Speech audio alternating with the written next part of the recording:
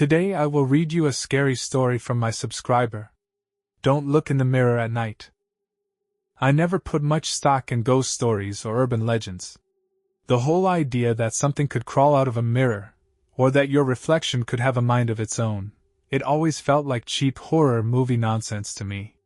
I've lived alone for years, in a cramped little apartment where the only thing haunting me was the sound of my upstairs neighbor pacing at 3 a.m. My life was simple: work, dinner, TV, bed. Same routine, different day. Nothing unusual ever happened, and I liked it that way. But routines have a way of cracking wide open when you least expect it. It started with something so small I almost forgot about it right after it happened. I was brushing my teeth, standing in front of the bathroom mirror, the dull fluorescent light buzzing faintly overhead. I raised my hand to my face to scratch an itch near my eye, just a quick swipe of my knuckle across my cheek. And I saw it. My reflection blinked. Not at the same time I did. Not even a split second later, like some trick of the light, or a delay in my own tired brain processing the movement. It was an entire second too late. My hand had already dropped, my eyes fully open again, and that thing in the mirror, the thing that was supposed to be me, was still mid-blink. It was off, just enough to make my stomach knot.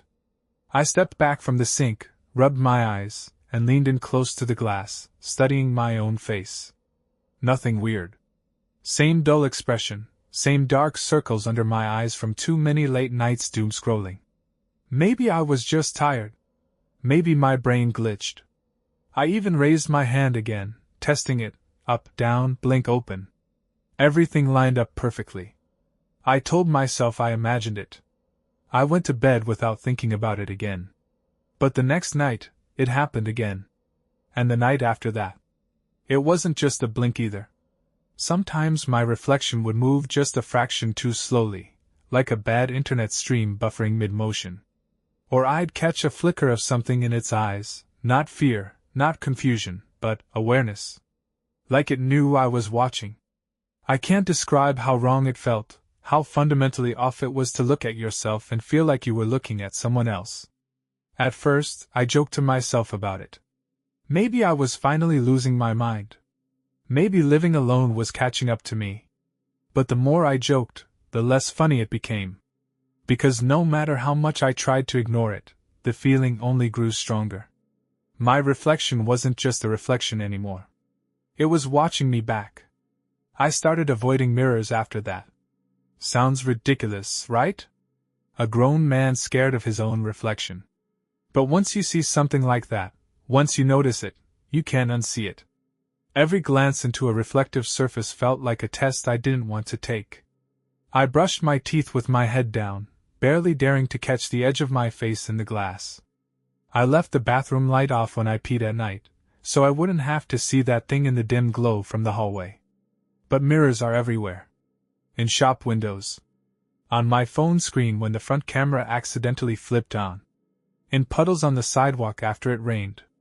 And the worst part was, it wasn't just my bathroom mirror anymore. It was every single reflection I saw. There was one afternoon, maybe a week after I first noticed it, where I made the mistake of checking my hair in the microwave door. Just a quick glance while I waited for my coffee to reheat. My reflection stared back at me, but there was this delay. It smiled. Not a normal smile either.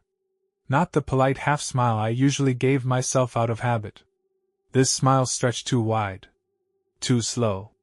Like it was learning how, one muscle at a time. I remember backing away from the microwave so fast my hips slammed into the counter. I cursed, grabbed my phone, and headed straight for the front door, my coffee forgotten.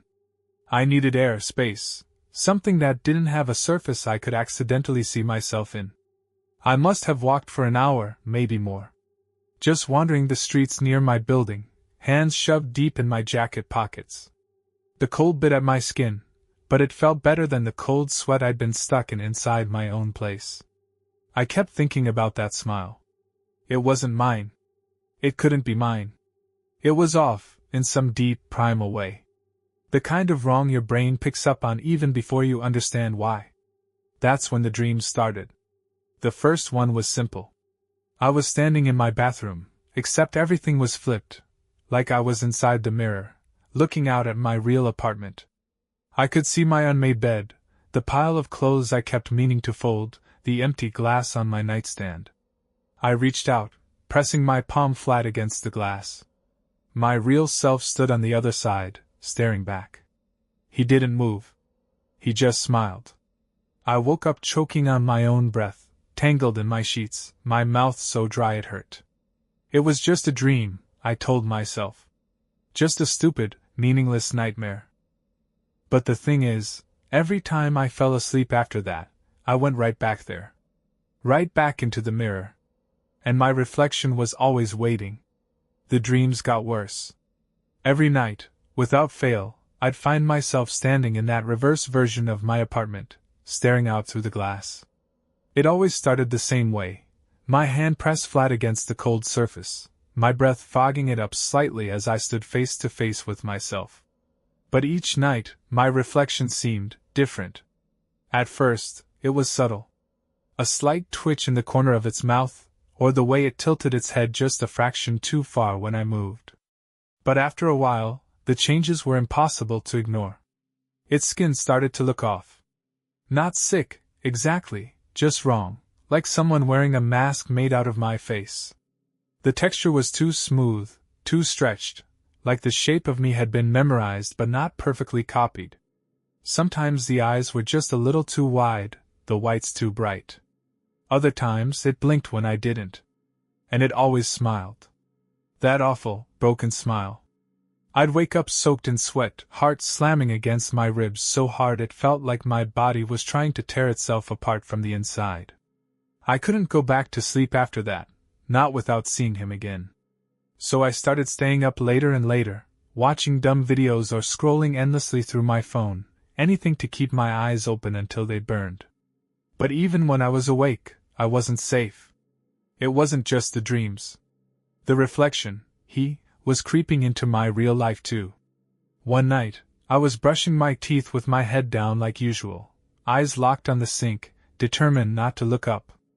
But then I noticed something in my peripheral vision, movement, where there shouldn't have been any. My reflection wasn't standing still. It was leaning in. I froze, toothbrush halfway to my mouth, and forced myself to look up. My reflection stood way too close to the glass, forehead practically pressed against it. I was still a step back, but he wasn't. His eyes were wide, unblinking, his lips stretched into that too big smile. And worst of all, his hands weren't at his sides. They were pressed flat against the other side of the glass, mirroring the way I touched it in my dreams. I bolted out of the bathroom so fast I nearly slipped. I didn't even turn off the light. I just slammed the door and stood there in the hallway, breathing hard, my back against the wall, heart hammering in my chest like a trapped animal. I couldn't go back in. I couldn't look at him again. Because I wasn't sure which one of us was supposed to be real anymore. Avoiding mirrors became an obsession after that. I draped a towel over the bathroom mirror. I flipped my phone screen down any time I wasn't using it, just in case the black reflection showed something I didn't want to see. Even the TV, if the room was too dark, sometimes I'd catch my own faint reflection on the screen, sitting there, waiting. Watching. But here's the thing about living alone, you start to get sick of your own fear. You tell yourself it's nothing, that you're just tired, stressed, losing your grip. I mean, who gets scared of their own reflection? I couldn't talk to anyone about it without sounding insane. And the dreams, God, the dreams, they weren't stopping. Every single time I closed my eyes, I was back inside the glass. Trapped on the wrong side. Watching myself move around my apartment, living my life, smiling that same crooked, alien smile. I couldn't take it anymore. I had to know if I was losing my mind, or if something was actually wrong. That's when I came up with the idea. The experiment. It was almost midnight when I set it up. I put my phone on its little stand, aimed right at the bathroom mirror, and hit record. I left the light on, too scared to catch even a flicker of myself in the dark, and went to bed. Simple plan. No tricks. No expectations. Just proof, one way or the other. I lay in bed, eyes wide open, waiting to hear something, some sound from the bathroom. But the apartment stayed silent, just the low hum of the fridge and the faint creak of my upstairs neighbor's footsteps. After a while, exhaustion won. I fell asleep. And, of course, I dreamed. The same reversed apartment. The same mirror. Only this time, I wasn't just standing there.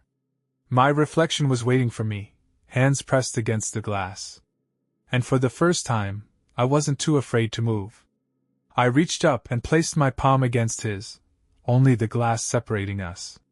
His smile twitched, a flicker of something almost like relief, or excitement, I couldn't tell which. And then I woke up.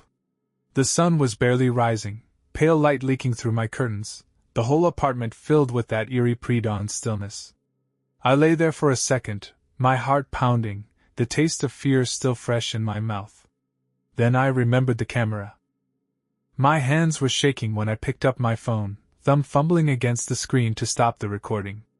7 hours and 26 minutes. Most of it would just be a still shot of my empty bathroom, the reflection of the light fixture, maybe the edge of the shower curtain. That's what I told myself. I hit play.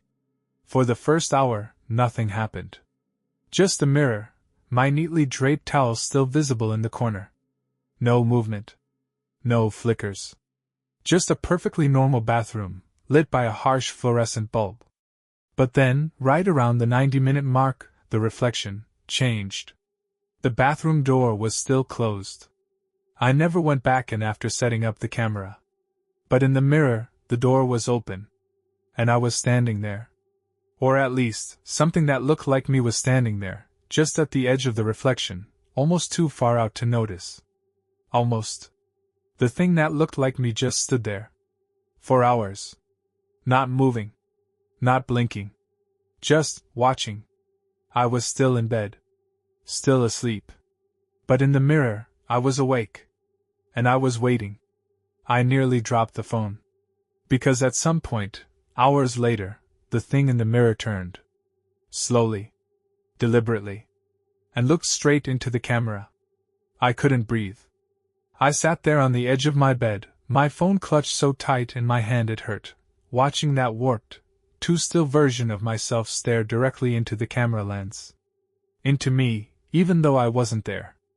I kept thinking, maybe it was some kind of glitch. A weird reflection trick. A shadow. My brain desperately tried to force a logical explanation into the space where none fit.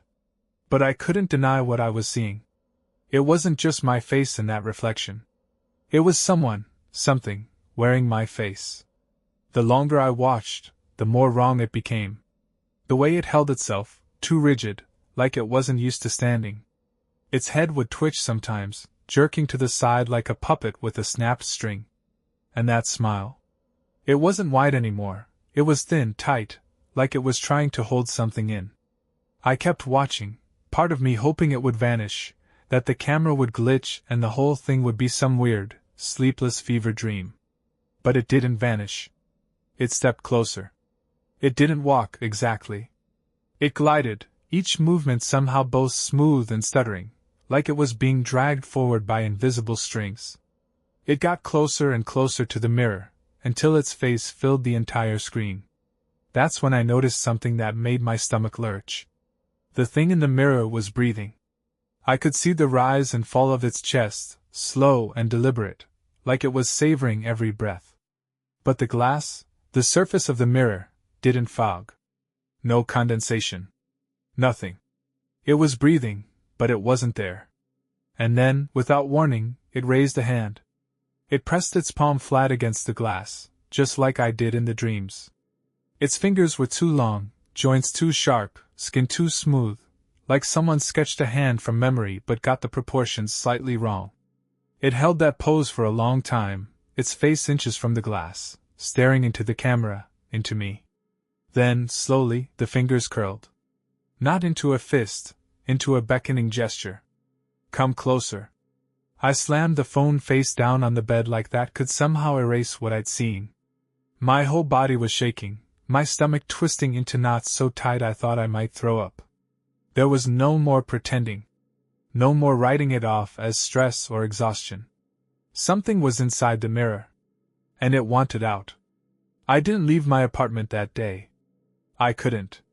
Every time I got near the bathroom, near any reflective surface, my chest would lock up like my ribs were welded shut. Even the black screen of my phone felt dangerous, like if I caught my reflection at the wrong angle, I might see something I couldn't come back from. I paced. I turned on every light in the place, even though it was the middle of the day. Brightness felt safer somehow. Like it could keep whatever was inside that mirror from leaking out. But the brightness only made the silence worse. You ever notice how quiet your place gets when you're scared? Not normal quiet, a suffocating, unnatural silence, like the whole apartment's holding its breath with you. I lasted a few hours before I caved. I needed to do something. I needed proof that I wasn't imagining it, that this wasn't some stress-induced breakdown. So I forced myself back into the bedroom, picked up my phone, my hand left a sweaty print on the back, and opened the recording again. I didn't want to press play, but my thumb did it anyway, like my body had to see it for itself, even if my mind was screaming not to. There it was, the mirror, the reflection, me standing there, too still, too sharp, like a photo held just a second too long. The beckoning hand. The twisted smile, now faint, like it was waiting for me to accept the invitation. But it wasn't just standing there anymore. Near the end of the recording, it leaned in so close its forehead pressed against the glass. Its skin didn't flatten against it like mine would. It held its shape, like the surface was soft, bending around it, like the mirror was letting it through. I skipped back, frame by frame, watching as its fingers slid into the glass up to the knuckle, not breaking it, not cracking it, but sinking in. Like the mirror wasn't solid anymore. Like it was skin. That was the moment I realized something I hadn't let myself consider before. This thing wasn't trying to scare me. It was trying to trade places. Once I saw the fingers sliding into the glass, something inside me cracked, a thin, fragile piece of logic I'd been clinging to since this whole thing started. Up until then, I could almost convince myself it was just my mind unraveling under stress. But there was no mistaking what I saw. No bending it into something rational. This wasn't a hallucination. This was a process. And I was already part of it. I didn't know how it worked, if it started the first time I saw the delay in the mirror, or if something was waiting there all along, just looking for a crack to slip through. But I knew one thing for certain, that thing was getting closer.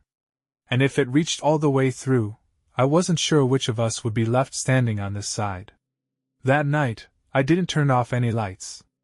I shoved every reflective surface I could find into a drawer, my phone, my tablet, even my watch. I draped towels over the TV and the microwave door, anything that might catch my reflection by accident. It didn't matter if it made me look insane. What mattered was not giving it a doorway. But mirrors don't need much to work, do they? There was still the bathroom. I left the door shut, towel over the mirror, lights off, a sealed box.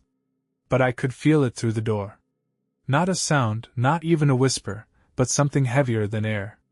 A kind of pressure, like the whole room was leaning toward me, like the mirror was stretching for my attention. That's when I started to realize, this wasn't just about me looking at it.